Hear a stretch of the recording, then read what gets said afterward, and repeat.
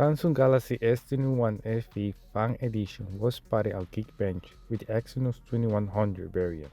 The Exynos 21 FE will be announcing with two chipsets, two variants for worldwide. One is Qualcomm Snapdragon 888 that will be limited to some countries. The second one is Samsung Exynos 2100, which we most of the world. Here are the scores for the Exynos 2100 in single score 1104 and multi-core was 3220, running Android 12 on One UI 4 on an 8GB of RAM. This confirms that the S21 FE CPU and the release date should be around January 4. Also, the S21 FE marketing material was leaked. We can see and confirm the design and the colors of the device based on the official leaks. The S21 FE will have not 100% confirmed this, but it will come with AMOLED Full HD Plus display at a 120Hz refresh rate, a punch-hole selfie camera at 32 megapixel.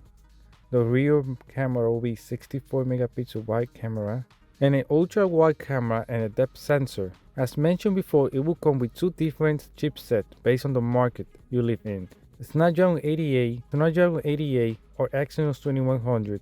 It supports 6 to 8 GB of RAM. It will support 4500 mAh battery with a charging speed at 50 watts. Pretty disappointing for the charging speed. Samsung has finished the development of the next gen LPDDR5 RAM, in which is a new generation of LPDDR5X RAM comes with 20% less power consumption, building in a 14nm chip that will increase the RAM capacity at up to 64 GB of RAM.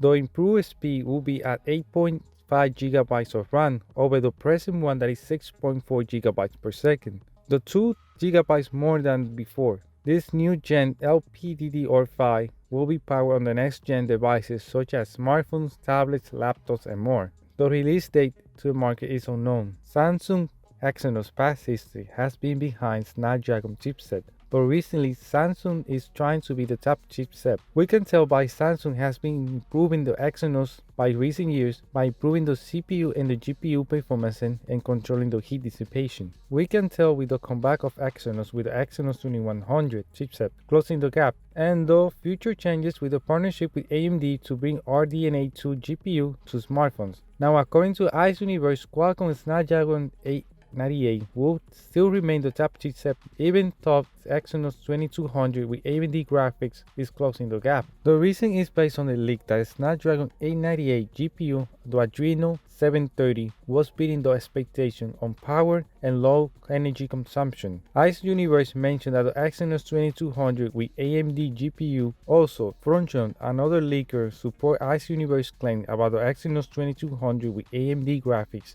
must need 50% to be at the same level as Snapdragon 898, who is beating the expectation.